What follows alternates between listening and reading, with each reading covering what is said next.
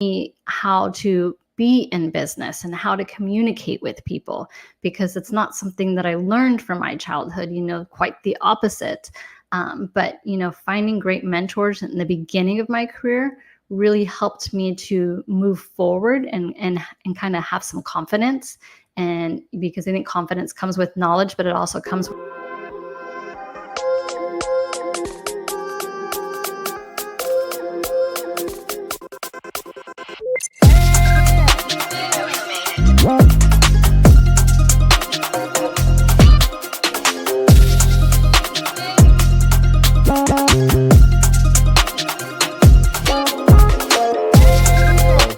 Angela, welcome. How are you today? Good. I saw you back there kind of grooving to the music. Yes, I always say I have like this internal music player in my head. It's just constantly going. So when I hear it out loud, I just start dancing. I love that. I do the same thing. Look, Joe Ingram is the guy that referred you to me. So thank you, Joe. And yes, Joe knows you as well. So, Angela, thank you for coming on the show. I told you this is all about helping people get unstuck in life and have a breakthrough. And I truly believe that by hearing other people's stories and how they broke through, we get to have our own breakthroughs as a result of hearing that. So, why don't you start with telling everybody where you were born and raised? Where did it all start for you? Well, I was born in San Francisco, and I wouldn't say I was necessarily raised anywhere. We moved around a ton when I was little, but I did finish high school in San Diego, and now I live in beautiful Miami. So you got out of California. I'm sorry. Yes, I left California in 2006, and I have not moved back. I love visiting, but it just wasn't the right place for me to live. It's so I'm San Diego, especially that whole I was in Carlsbad a couple years ago, and wow, I was like, you've got to be kidding me. This is beautiful. Until I saw the price of gas, and I'm like, I'm out. I'm like, what? Anyway. Yeah, look, Joe said it, the People's Republic of California. So San Diego's a nice area, though. That's a really nice area. It was, but as an entrepreneur, between state income tax, the other taxes, and the price of housing, when you're just starting off in a business, it's very hard to, think about having all those additional expenses when you're just starting off in life. Right. True. Absolutely true. So you got out of there, you went to Miami. Had you started a business already? No. So I met my ex-husband on MySpace. For anyone who remembers that website, it's not a dating website. I still have a MySpace account. I'm on it every day. I'm kidding. Yes. I was living in San Diego and he was living in Tampa. And we started flying back and forth and, got a little bit serious. And we were like, all right, someone's moving. So I moved. Wow. Probably a good idea, though. Yeah, I'm definitely happy with the move. And I've never, looked back. Right. So I'm a look at what Joe said. Tom is still my friend. Right. Right. And does it still exist? I'm curious now. I don't know. I did a few years ago because I got curious and I went and tried to and I was able to log in. So I don't know if it still does or not. It's definitely not what it used to be, at least from what I remembered. So talk about what it was like for you. You said you moved a lot. So you were born in San Francisco, Northern California. And then you ended up graduating from high school in San Diego. Did you stay in California that whole time through childhood or? Nope. When I was about 7, my mom met who I refer to as the devil. That's the only way I can ever describe him. He abused me as a child, and he also decided that he was going to make a career on living on the wrong side of the law. So we had to move a lot because you got to run away from the police if they're, close to catching you. So I lived in California, Washington, Nevada, Arizona, Colorado, Missouri, Texas, all before the age of 15. And so when I was 15, my mom, I actually came home. We were living in Vegas at the time. I came home, was off the school bus, and there was police in my front yard. And I walked into the house, and my mom and the devil was in handcuffs. And the police officer said, grab a backpack, just put some essentials in that backpack. My brother was 3 at the time. So no, I was 14. Yeah, he was 3 at the time. So they told me to pack him a bag, and they took me and him off to protective services. And then my mom finally left that situation, thankfully. But when I was 18 years of age, I decided that I needed to go out on my own, that I was not in a safe environment. Yeah. And I needed to kind of figure things out for myself and hopefully rebuild. And I don't know, maybe at the time I was running away from my situation, but Yeah. I needed to be able to take control of my life. And that was the only way I knew how. Wow. We have that all in common, by the way. Hmm. I have everything. Anyway, that's crazy. Wow. And except for I was 17 when I left and I didn't graduate high school. I was like, I'm out of here. But so talk about, gosh, I can relate so much of that and the horrible feelings that go with it. Hmm. So when you left at 18, where were you living with your mom at the time?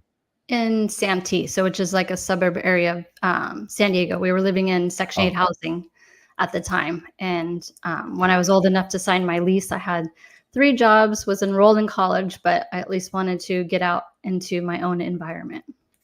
wow. Wow. So you got out, and did that when she left him, you said she left, did it stay permanent, like she was permanently away from him? Yes, Because you thank God for that. Yeah. yeah, yeah. So then you move out of the Section 8 housing that you're living with your mother in, and you stayed in San Diego? I did.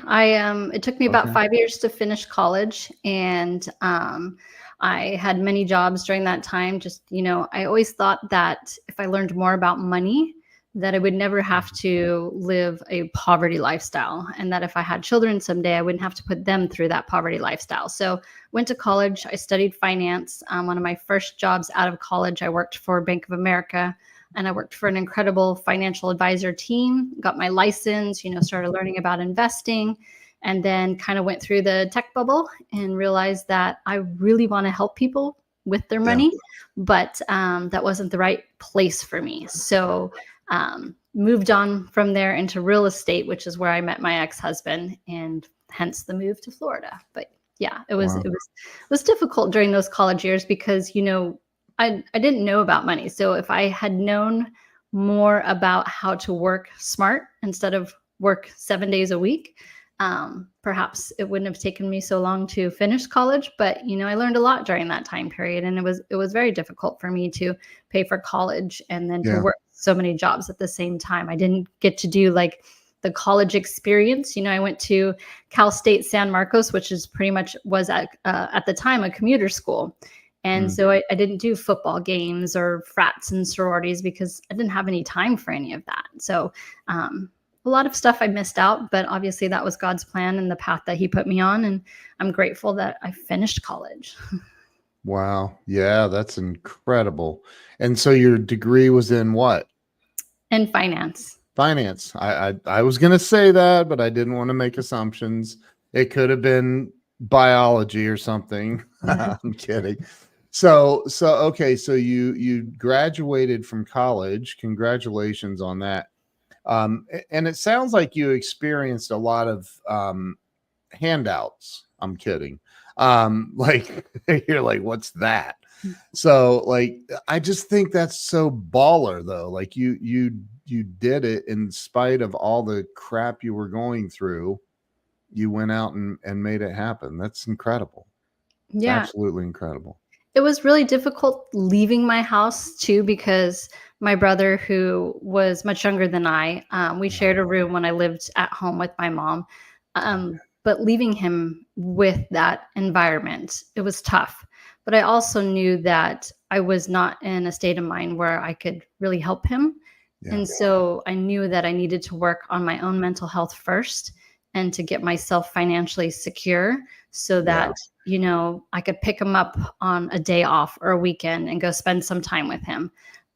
But that was really hard, I think, for me to not only leave that situation, but to kind of leave him behind because I felt like so much of his mother. When you're in that type of situation, you kind of take on that role. Yeah. But I knew that I had to do better for myself first, and I think Right. that's difficult for a lot of people. Wow.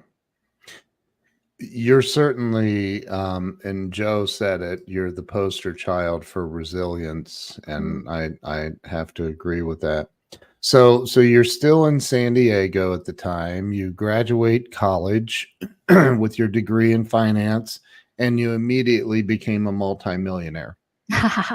No, I wish. Oh, But oh, what I oh, but what I did learn is this, is I'm a curious person, right? And so yeah, I encourage other people, if you have curiosity, allow yourself to be curious because yeah, sometimes as parents, I'm a parent, my daughter's about to be 21.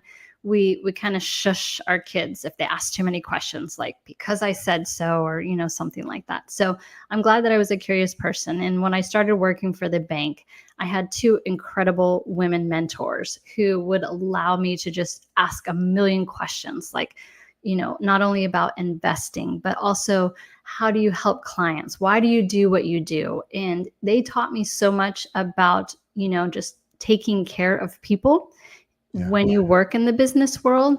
And I'm grateful that, we crossed paths. I'm grateful that they were able to take me under their wing and just kind of teach me how to be in business and how to communicate with people, because it's not something that I learned from my childhood, quite the opposite. But, finding great mentors in the beginning of my career really helped me to move forward and kind of have some confidence.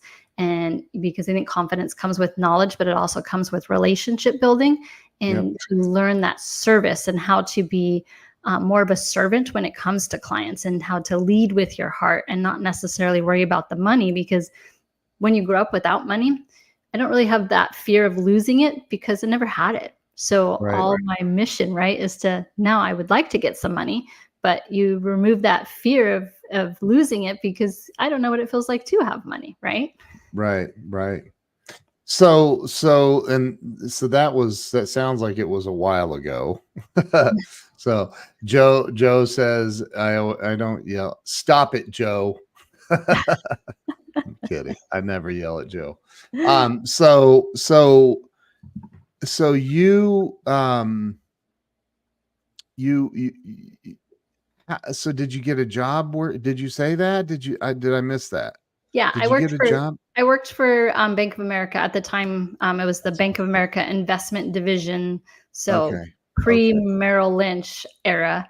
Yeah, But yeah, that's where I got my securities license. I was got it. actually pregnant when I got my securities license, Wow. and it just was, I've got to figure this out. And I think I put a lot of weight on my own shoulders at the time. I was not a Christian. I didn't believe in God at all. Yeah. Growing up in the environment, maybe you can relate, is if no one's around you to tell you any different, right? That God doesn't exist for me as a child, because why would he let us suffer like he did? But that wasn't what Yep. he did. He was there the whole time. He was just making sure that I had the strength to endure what I did, because he couldn't change the devil in my life. But I understand that now, and I think I went completely off a tangent on what we were just talking about. But yeah, I did have. No, no, no. You did not. I love that. I remember there was a song. Now I know I'm a lot older than you, but there was a song it was like Dear Mr. Jesus, and it was it was about that. I was like, wow. But so I can so totally relate to all of that. So when you were working for Bank of America, that's a huge company. I think BlackRock owns them now, right? I'm kidding. I shouldn't have said that on. Um, I should. I gotta. Sorry, Joe infected me with all this stuff. So how long were you there with them? I stayed with Bank of America all the way through my move to Florida. So I was there maybe 8 years. Okay. Wow. When I moved to Florida, my ex was in real estate and he was getting super busy. And I just wasn't happy anymore with the bank job. We had gone through so many mergers and I was bringing home my laptop on the weekends and just working crazy hours. And he said, "Well, I need to hire an assistant." And I thought, I could be an assistant. I could be a real estate assistant. That would help me be, maybe Monday through Friday. Yeah. And so I quit the corporate job, having Yeah. going to 100% commission as a newlywed and with a 3-year-old. We kind of took a chance, and Yeah. that's where my business transitioned into real estate, and that's where my empire building began, I guess you could say. Wow. Okay, so there's a lot of different facets to real estate. So specifically, were you in the like multifamily? Were you what kind of real estate were you getting into? When we first started, we were real estate agents. It was a husband and Oh, wife team, and we started to build out a team, and add other agents to our team. So we were strictly residential properties. And at this time period, if you could think back, so as mentioned, I left my security of my corporate job, with a newborn and or with a 3-year-old and a newlywed. This was 2007. So it was right before. oh my gosh. Yes. So we buckled down, right? Because in that moment, I Mm, believe that that scarcity from my childhood, like, I'm going to be poor again. I don't want to be poor. And all of those thoughts start going through your head. But yeah, I don't have a choice. I just need to keep moving forward because we've got responsibilities. We've got a team. We've got a child, and yeah, going through a housing market crash without the stability of guaranteed income, 100% commission. We knew that we just sat down and we're like, all right, where can we cut expenses? How do we live as lean as possible? Where yeah, can we find more clients without spending money? And, where's all the free stuff? So that's what we had to determine. You have to really look at your own income and your own household expenses when you're going through a housing market crash, when that's like your source of income, right? But yeah, you just have to keep moving forward. And then you find people and you find mentors and coaches. We hired our first coach, and he actually made us take a vacation before he would work with us because we were working nonstop. yeah, And I found that, one of the things I'm very grateful for early on, was that.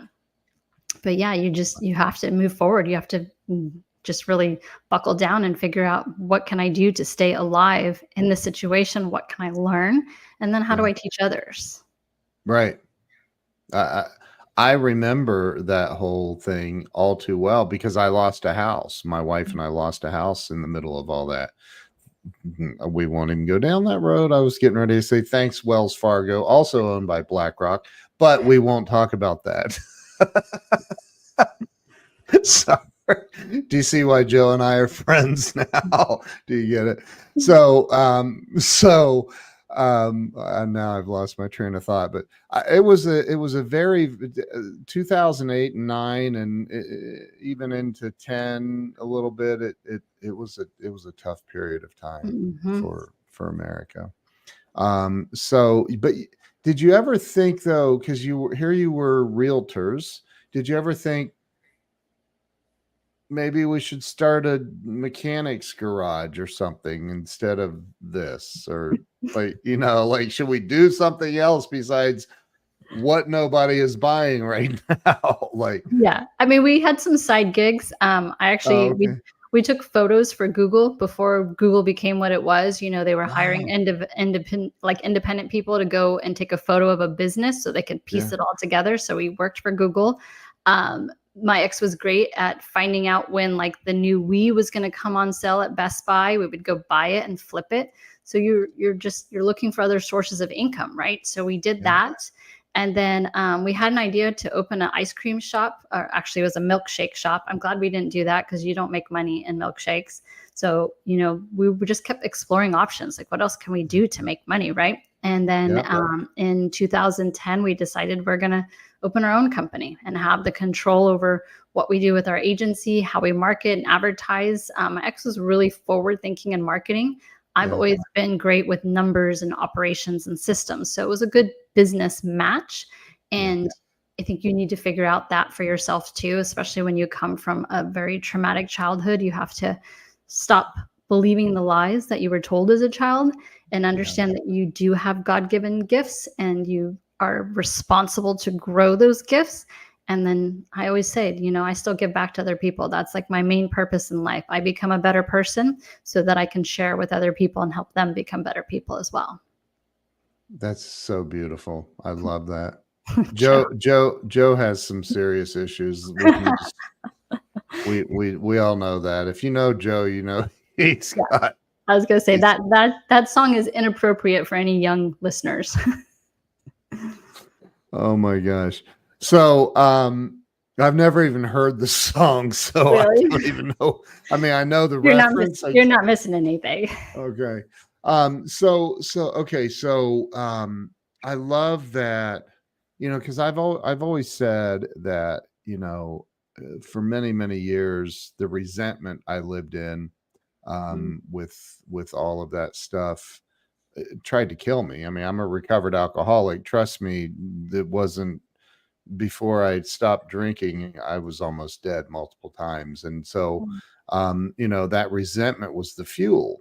And after I learned how to forgive and move on, and I didn't do it, God did it. mhm, I tried to do it, but then God was like, "You're not going to be able to do it on your own, bro. So you might as mhm, well hit me up, yo. You got my digits."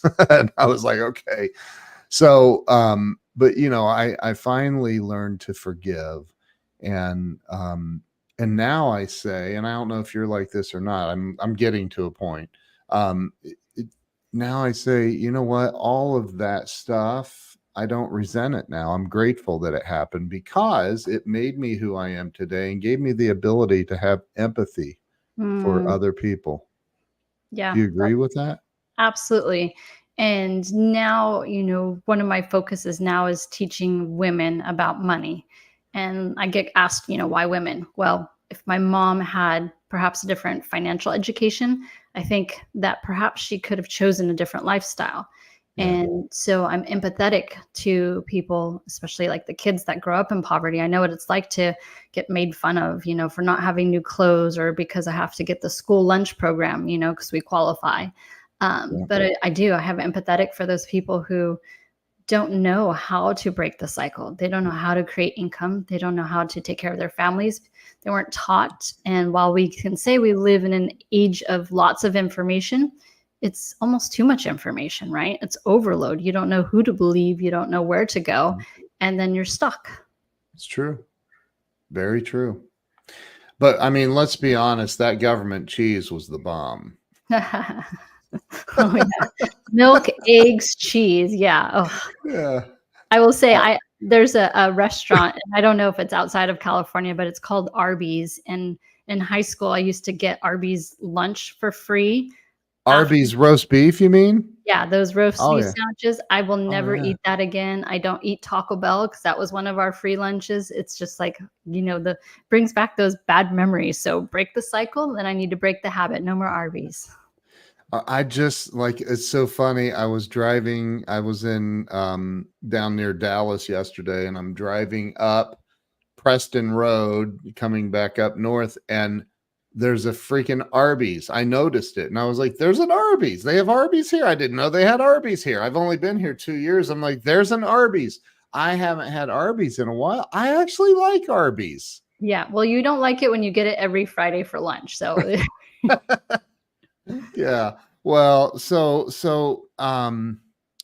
did you ever go through I did. I went through several years of professional counseling, like I had to, or otherwise, and I think that doing Alcoholics Anonymous meetings for 13 years helped a lot too. But, do you see value in that in the one-on-one or group counseling where you get to talk about this stuff and get it out there and heal? yeah, oh, absolutely. And I do believe I will be forever in therapy as I go through different parts of my life. I Yeah. am divorced.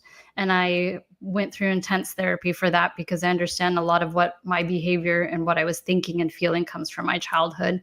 I will forever be in therapy. It may be more often during certain periods, but there's so much that my brain is programmed that it's not something that you can unprogram. You just have to become aware, and then you have to keep changing that thought pattern in your own brain. But therapy is necessary. I think therapy is necessary whether or not you came from a traumatic childhood, because there's always things that we can learn about ourselves and grow. And to have a professional lead you through that is so important, because even though my first stop is to pray to God and to ask for wisdom and knowledge and guidance, I still need someone else to kind of go outside of my own thoughts and help me through some transitions. So it was very important for me, and I don't think I'll ever stop having some type of therapist in my life. Yeah, I mean, on this this journey for me, it's been interesting because I'm in the self-help industry, and I'm a speaker, and I think that a lot of that comes from I discovered that there's life after all of that, and it can be a magical and beautiful thing if we allow it to be, right? So I think that you're incredible. So you're living you said you moved to Tampa, Yes, right? but then I went through the divorce, and I Okay. my ex does billboard advertising, and I really got tired of seeing his face everywhere, so I moved to Miami. Well, let's hope he doesn't open up an office in Miami also. Wow. So is he still in real estate? Is that what you're talking about? Yeah, He he's still was in real estate. okay. We actually have Okay. a great relationship today, business relationship. My daughter's Good. 20, she's almost 21. So Yeah. I believe you can control that, as much as possible. You can be a good person and show her that there is life after the end of a marriage. So we're on good terms, but I just choose for Miami for now. And then he lives in Tampa. We can, still be friends, but not have to see each other. So what is it that you're doing now in Miami? So I sold my company last year. I had a property and casualty insurance company, which is like home auto flood. I sold that last year. One, I was burnt. I didn't have the right team in place. I wasn't the great leader that I needed to be, and I had to recognize that. And I've had some health issues. So sold that. I had some bucket list items that I've always wanted to do. One was to launch a podcast and become a top podcast. So that happened with Empower Her Money. I wanted to be able to throw my own event for women and teach women about business and sell it out. I did that last year. I also wrote a book. I hired a coach, and I wanted to be a best-selling author and really teach women about money. And so that's which side? This is the book that's behind me, called Empower Your Money. So I became a best-selling author last year, and I've had to. Do you have a copy of the book with you? Not physically, it's over there. Oh, okay. But yeah, it's on Amazon.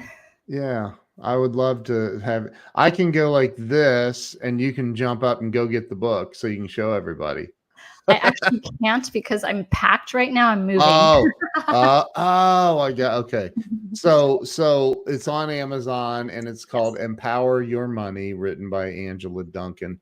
Is there? Let me ask you this: what is? Because I want to have this up on the screen. What is your website address that I can put up? Do you have one? Yeah, empowerhermoney.com. Empowerhermoney.com. That's awesome.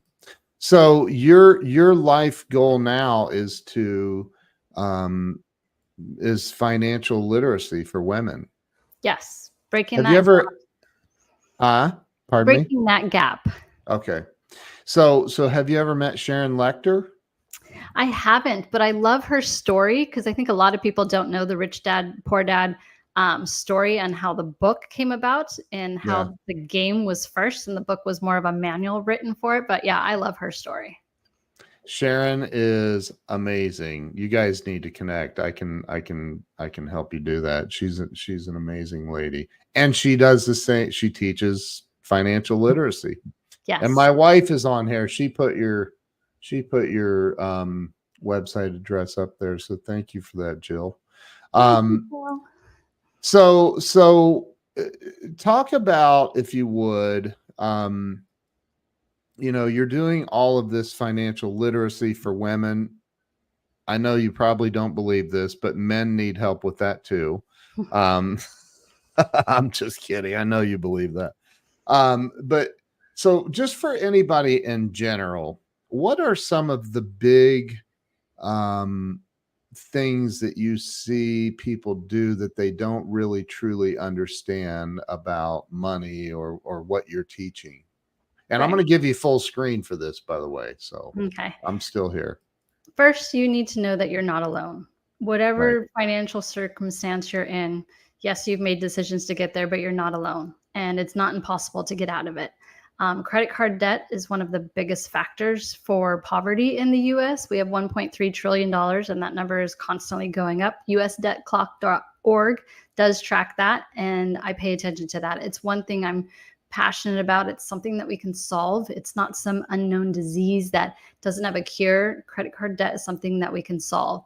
If you look at statistics, 75% of women who come out of a divorce actually go on financial assistance, which costs millions and millions of dollars for the government. So helping to Wow. educate women as they come out of a divorce is extremely important so that they can still live a lifestyle and support themselves and perhaps some children, and getting them back into the job force if necessary. So, just knowing that there's help out there and asking for help, finding the right resources for you so that you can learn and take control of your own money. It's so important. And the female entrepreneurs, I'm giving you props out there. I know it's a lot of work, and we kind of approach business differently. We approach investing differently, but there are women out there and they want to help you and they're successful in their own fields and they want to give back, just like myself. I spend a lot of time helping, coaching, teaching other women and speaking about financial education because I want you to take control of your finances. I want you to change that cycle or get rid of the poverty gap, but get to a place where you're financially independent and secure. It's possible. You've got to put in the work. You've got to put in the action, and you've got to get in the rooms with the right people. Wow. That's incredible. And you have a podcast, you're saying you have a podcast. Yes, it's called Empower Her Money. I interview other women business owners, and I'm a practical person. So I want to give you tips that you are going to take away today and be able to implement, because the way we learn from each other is from our own mistakes. So I ask the women to teach when they're on the podcast so that someone listening who could be, similar to them 5 years ago, then they can not make those same mistakes and hopefully get to their own financial goals quicker. That's so awesome. You need to have Sharon on your show. Oh, I would love to have Sharon on my show. So She is Joe Ingram is friends with Sharon. So am I. Joe, you need to make that introduction, bro, if you're still watching. I will follow up with both of you. Yeah, we can. I think if we both gang up on her, we can get hold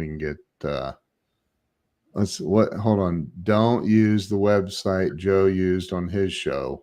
Why? What was that?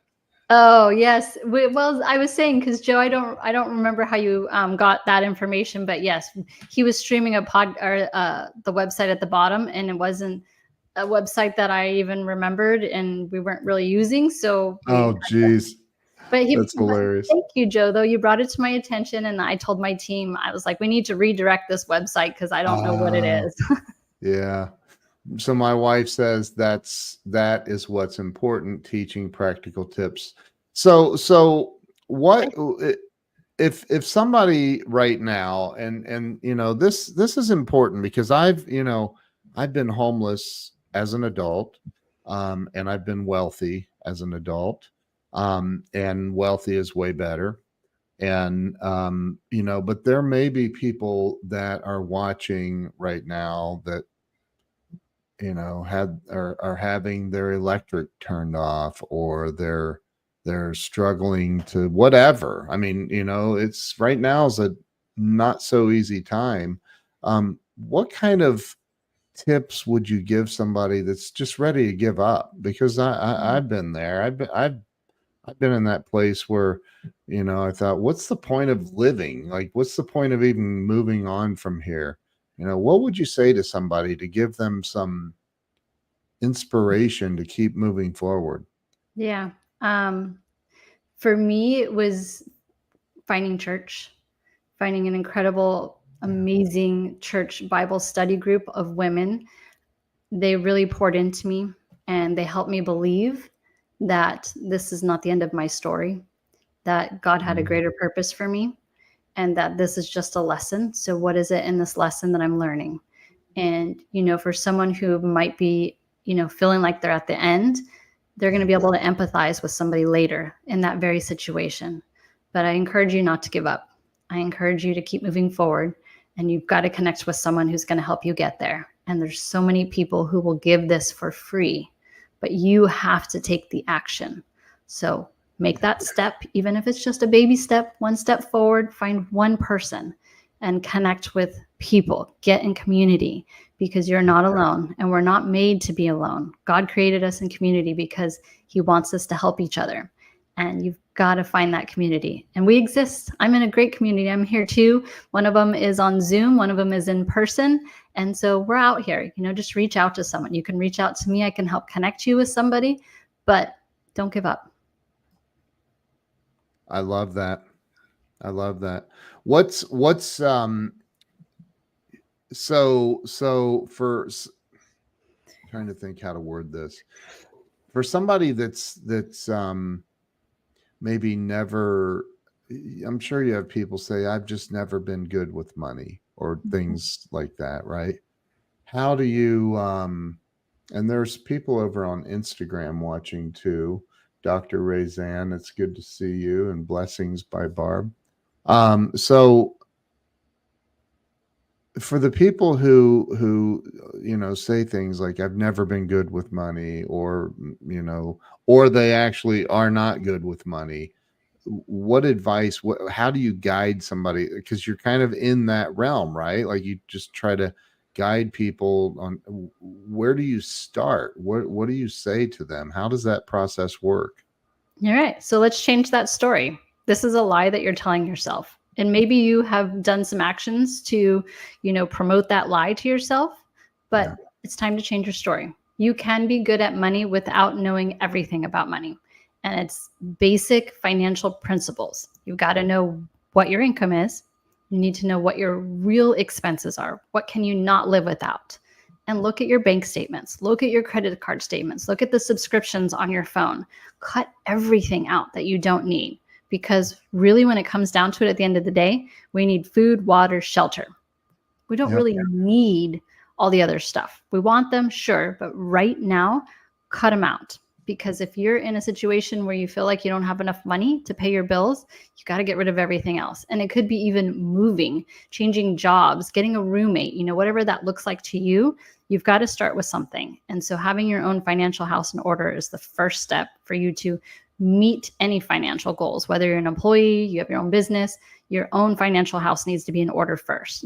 God gives you what you can handle. I've heard that saying, and I don't believe it. I actually believe that God gives you more than you can handle, because he wants you to lean on him. And that's where your community comes into place. I love that. That's pretty. You mentioned awesome. Jill keeps popping in here. Jill, I want you on my podcast. That's awesome. That my wife. Yes. Yes, she would be a great guest. She's way smarter than I am. She was the global VP of marketing for a couple of different $500 million companies. So yeah, and I bet she's got a great story she can share and teach as well. She does. She yeah. I mean, her story really got started when she met me and we got married, but I'm just kidding. I'm kidding. No, Jill's amazing. I'll connect you guys. So what pretend for a moment, because I don't know. I mean, my audience is maybe 150,000 ish. That's not who's watching, but it's the potential. Pretend that you're standing with a microphone and you have the attention of all 8 billion people on planet Earth. And I mean, we just had President Trump. We know what happened with him the other day, and there's so much hatred and anger and everything going on in the world right now. Um, I'm going to give you the microphone to speak to all 8 billion people on planet Earth right now. What do you have to say to everyone? So when I personally am having a down day, or perhaps I feel like I'm not winning, if you think about one thing, if you were to reach out to one person and say, how can I help you today? What is your biggest struggle? And just help that one person from your heart, no expectations, nothing's coming back to you. But your role today is to help one person. If you think about if every person on this planet did that for one person, then every person on this planet would be impacted positively. Someone reached out to them today and said, how can I help you? I Mm, don't feel like that's complicated, but we get go like so consumed in our own world that we forget we're here to serve other people. So serve just one person today. In fact, I did a challenge with my community this week where I challenged them for the next 30 days to text one person and just say something positive to them. You know them, say something positive and encourage them for their day. And the amount of people that are participating is incredible, but it's something you can do that takes less than a minute. How can I help you today? that is absolutely beautiful. That's beautiful.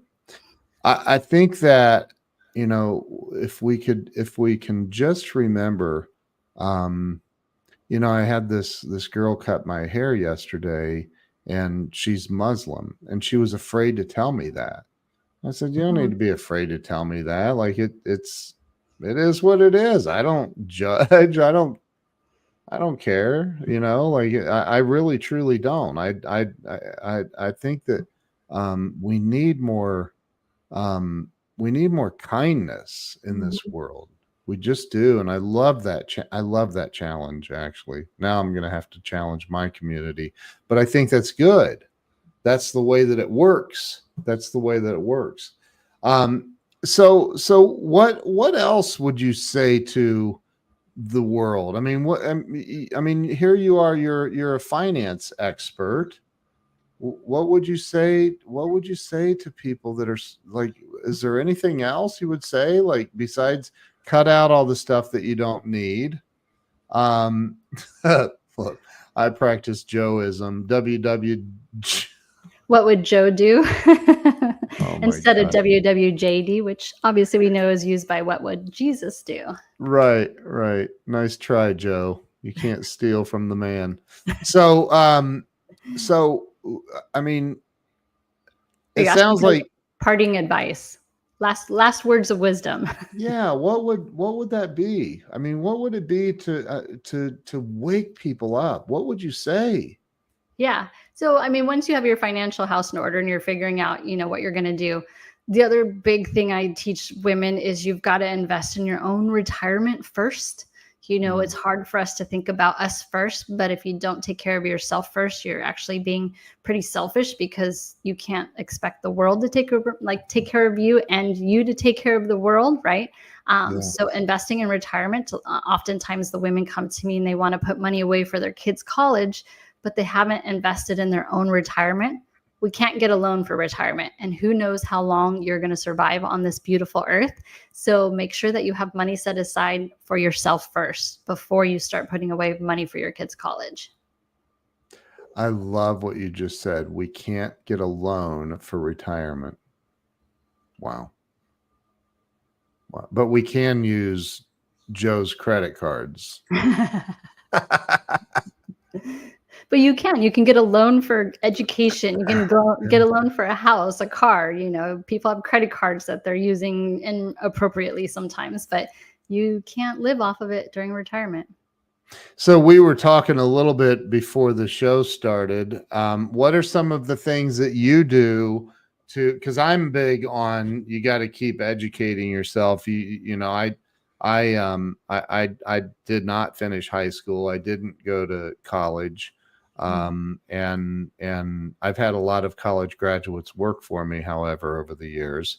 But I think about when I was 20 years old, I realized that I was an idiot. I didn't know anything. And I decided I got to start reading and learning and absorbing. And I've never stopped. I read every day of my life, and I'm constantly trying to improve that. And I always felt like really insecure about it until I heard Brian Tracy say he didn't graduate. And I was like, all right, there's hope for me. But so what are some of the things that you do to continue growing and educating yourself? We talked about one of the things prior to the show starting. Talk about that. Yeah. I love putting myself in the room where I'm not the smartest person. So that's a big thing for me, is going to different type of events, networking, and making sure that I'm always continuing my education in that piece. You talked about Right. books. I still read books. I prefer a paper book over anything electronic, even today, because I'm one of those like highlighters with notes and stuff. Mm, And I spend a lot of time educating myself on business and money because that's my passion. That's what I want to teach other people. So I can't continue to teach them if I'm not allowing myself to be a student as well. So I'm big on that. And I've always had mentors and coaches. I don't think that mm, that's ever going to stop either, because not only do I have, my therapist for my mental health, I also want to make sure that I'm educating myself through coaches, because they have mm. other experiences that they can teach and share with me as well. And they coach other people that can teach me as well. But I'm a big believer in, I'm not going to sit at home. I'm going to continue to either read or watch great videos. I don't have Netflix or subscribe to any services, because for me, that's just garbage for my head. And I prefer to, allow my brain to soak in the best information so that I'm a better version of myself, so that I can still serve others. I love that. That's awesome. Angela Duncan, you truly are amazing. I love everything that you're doing and teaching, and everything you're talking about is incredible. Joe says comic books don't count as. All right, Joe. What is wrong with him? I don't I, know. I I will say I don't read like or watch those type of things, but occasionally I do go to the movies to watch something that's not business related. So do yeah. give yourself a break. Yeah, you got to have a break. I agree. So, where's the best place on social media for everyone to follow you? I'm on Instagram, Empower Her Money, or the website empowerhermoney.com. Okay. Everybody make sure you go check out empowerhermoney.com. Go follow Angela on Instagram at empowerhermoney. And Angela, thank you. I'm so grateful. Thank you for coming on and sharing your wisdom today. Thank you for having me. Thank you for listening to Empower Her Money podcast. I am grateful for you. Please make sure to leave us a 5-star review, like this podcast, share it, subscribe, and let's keep teaching others how to take control and be empowered with their finances.